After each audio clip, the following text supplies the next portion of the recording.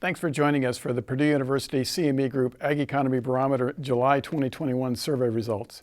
I'm Jim Minter, Director of the Purdue Center for Commercial Agriculture. I'm going to share with you the highlights of this month's survey. The Ag Economy Barometer declined slightly this month to a reading of 134 from 137. That was on the heels of two sharp declines in the barometer, so the barometer really kind of stabilized this month. The index of current conditions and future expectations both declined, but the declines were fairly modest, especially with respect to the index of future expectations, which only declined 2 points. The index of current conditions did decline a bit more sharply to a reading of 143, a 6-point decline compared to last month. The Farm Financial Performance Index rose to a reading of 99 this month. That's a 3-point increase compared to last month, but still leaves that index well below where it was back in April and May. The Farm Capital Investment Index fell 4 points to a reading of 50, down from 54 last month, and again well below where it was this past spring. The decline in the Farm Capital Investment Index seems to be focused more on construction than it is on machinery. When we asked producers about their plans for construction of buildings and grain bins, the percentage of producers that said they plan to reduce their construction in the upcoming 12 months rose to 67% this month versus 61% in June.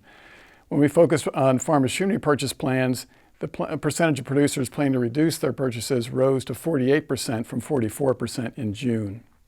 One of the reasons behind the barometer's decline in recent months could be the fact that producers are expecting the prices of farm inputs to increase rather substantially over the course of the next year. 30% of the producers in this month's survey said they expect farm input prices to increase 8% or more over the upcoming 12 months. That's more than 4 times the rate of increase of the last 10 years. The short-term Farmland Value Expectation Index fell to a reading of 142 versus 148 last month, and that's the third month in a row that index has declined. The long-term index also declined slightly this month as well. The weakness in these farmland value indexes could be related to the fact that farmland values have risen so sharply over the course of the last year.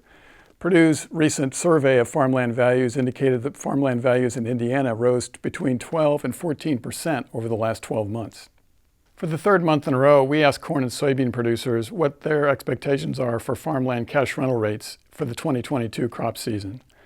Just under half of the producers in our survey said they expect farmland cash rental rates to rise in 2022 compared to 2021. But there's been a shift since May, with fewer producers expecting a large rise of 10% or more, and more producers expecting a more moderate rise of up to maybe 5%.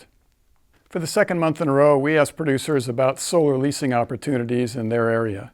1/3 of the producers in our survey said they're aware of solar leasing opportunities in their local region. And in July, 6% of all respondents reported having discussions with companies about solar leasing. That's down from 9% that reported that on our June survey.